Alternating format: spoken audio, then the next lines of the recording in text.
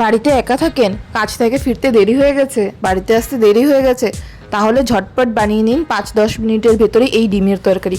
কিছুই করতে লাগে না, একদম সাধারণ একটা খাবার।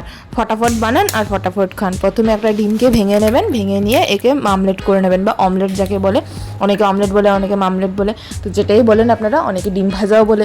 এই ডিমটাকে ডিমের মধ্যে একটুখানি হলুদ আর নুন দিয়ে ডিমটাকে ভালো করে মামলেট করে নেবেন। মামলেট করে নিয়ে তারপর তরকারি বানানো হবে। তো দেখাচ্ছি সবটাই আপনাদেরকে ভালো করে। আজকে আমি মার থেকে এই ঝটপট একটা খাবার দেখলাম, খুবই সিম্পল, খুবই তাড়াতাড়ি হয় আর খুবই কম সময়ের মধ্যে হয়ে যায়, আর খাওয়াও ভীষণ স্বাদ। তো ডিমটাকে দেখলাম কড়াইতে মা গরম তেল বসিয়ে ভালো করে ভেজে নিচ্ছে।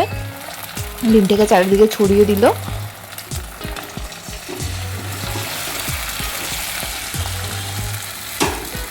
ছড়িয়ে দিয়ে ডিমটাকে এরকমভাবে উল্টে পাল্টে ভেজে নিয়েছে দুপাশে। এরকমভাবে মা দুটো ডিমকে এরকম আমলেট করে নিয়েছে। আমলেট করে নিয়ে তারপর তরকারি বসালো।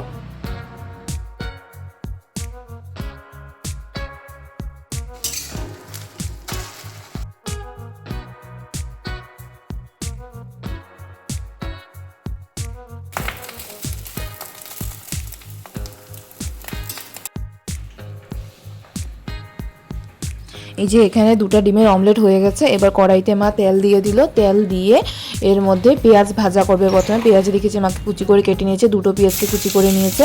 দুটো পেঁয়াজ ভাজা বসিয়েছে এখানে। একটু ভালো করে ভাজা করে নিতে হবে, একটু মজে যাওয়া পর্যন্ত, মানে একটু নরম হয়ে যাওয়া পর্যন্ত পেঁয়াজগুলো দেখলাম ভাজা করে নিচ্ছে।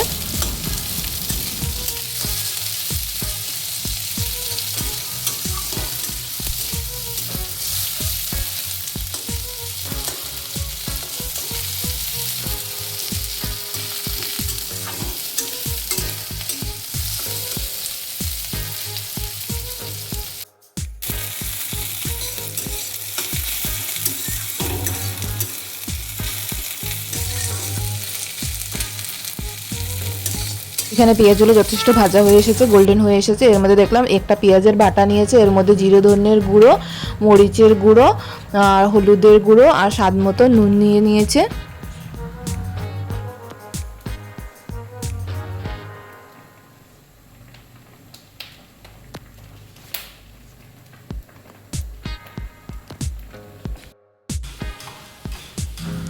সব মশলাগুলোকে সুন্দর করে জল দিয়ে মিশিয়ে নিয়েছে। মিশিয়ে নিয়ে এবার সে পেঁয়াজের মধ্যেই মা মশলাগুলোকে দিয়ে দিল। এবার ভালো করে এটাকে জল দিয়ে একটু জল দিয়ে ভালো করে মিশিয়ে নিয়েছে। মিশিয়ে নিয়ে এটাকে ভালো মতন কষাবে। কষিয়ে যখন শুকিয়ে আসবে, শুকিয়ে আসার পর এর মধ্যে নেক্সট প্রসেস করবে।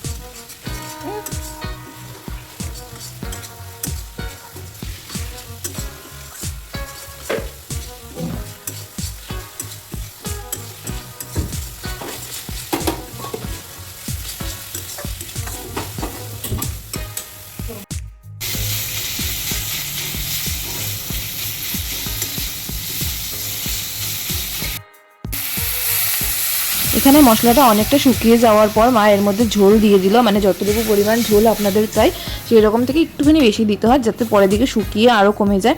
ঝোল দিয়ে ভালো করে সবজি মানে যে মশলাগুলো ছিল মশলাগুলোর সাথে ভালো করে মিশিয়ে নিয়েছে। মিশিয়ে নিয়ে সেই ডিম দুটোকে দিয়ে দিল।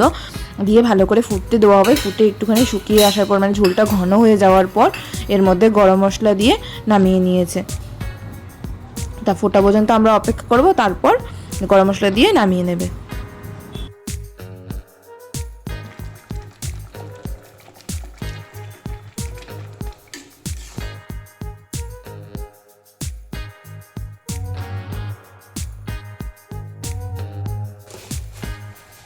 এইরকম ছোট ও সাধারণ কিছু রান্নাবান্না খাবারগুলো দেখার জন্য আমাদেরকে সাবস্ক্রাইব করে রাখবেন আর লাইক করে দিয়ে পাশে থাকবেন যদি পছন্দ হয়েছে। আর নেক্সট কি বানানো যায় সেটা আপনারা নিশ্চয়ই জানাবেন।